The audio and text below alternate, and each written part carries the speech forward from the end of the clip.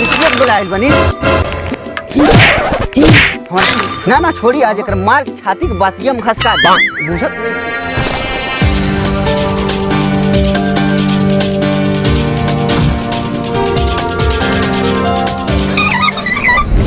अरे जो ससुरारी पटुहिया के बुला के आन छोड़ दे माई जीवतिया बात जान मुत्तियलु तो नहीं हमरन बना के आग पर तारा का करेगा बचला तो नहीं हमार बनावल हुरा तला ना। ठीक बा माई जात नहीं बोला के ले आवत नहीं।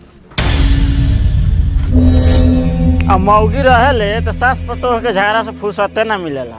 एबरा खाना बना के पता तो हिया के याद है।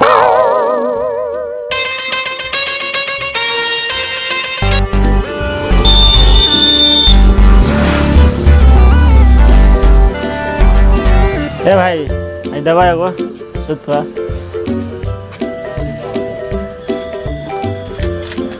ये गाँव ये है। हाँ भाई ये का करी भाई बड़ा ढेर दिन हो गलो बियाह शादी भइले। कोई दिन भइल बा भाई बियाह शादी भइले? 10-20 दिन।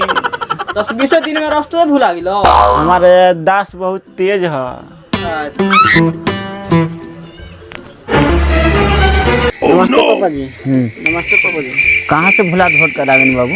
अरे बेटिया के बुलावे आइल बनी। हमार बेटिया के बुलाइल बनी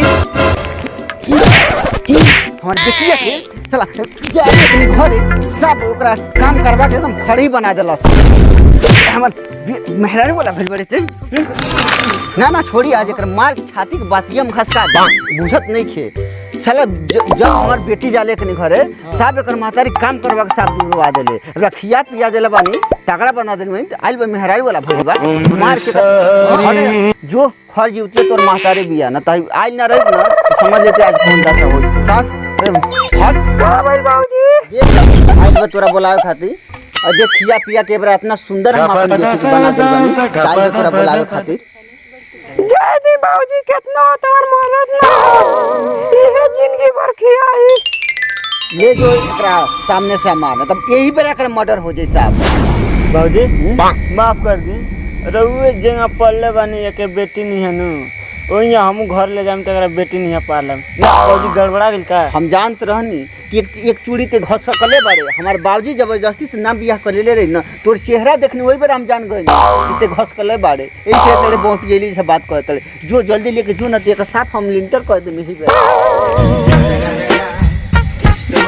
सर एगो हमार दामादो मिल गइल ना तो साफ एकदम गोबर गणासे मिल गइल का करी हमार किस्मत में फूटल बा का करला।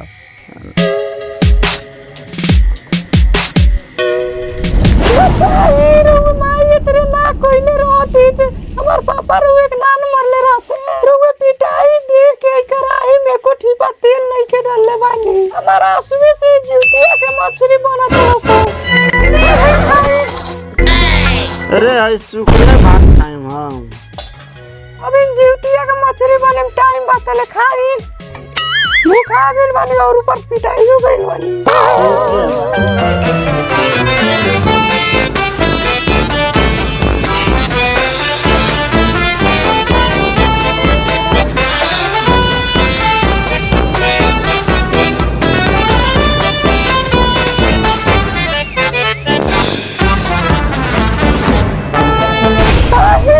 पूरा चट गई ने बताई तो मछली देवे ना खाली तो पूरा चट गई ने।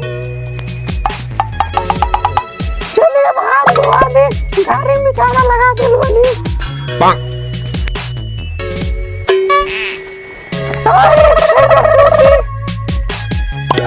लिया घरे चलल जाई सूती आराम से हम बाहर देती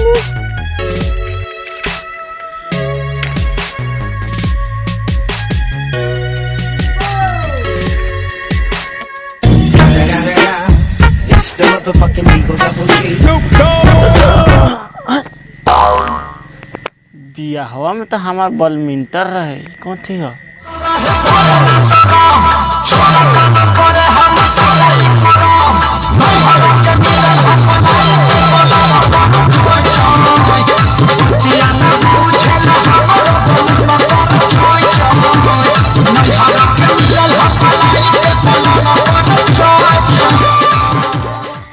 ये तो बलमिंटर है सदिया में तो हमारा बैडमिंटन रहे लगा था ओका बचवा है चल तुम चुरवा देते बिहान जान तो सवेरे लेके जाने के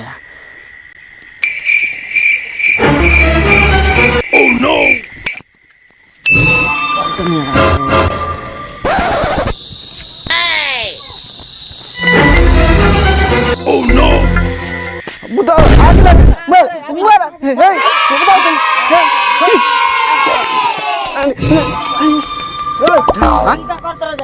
एमे हम कीमती सामान धइले बनी हां एमे का चुरैले बड़े बैडमिंटन का बच्चा बहुत महंगा सामान धइले बनी निकाल कौन बैडमिंटन का बच्चा है अरे सारे इत लागत है ये धइले रहे अगिया लागल बा सारे हमारे पूजा संपत्ति हमारे जरा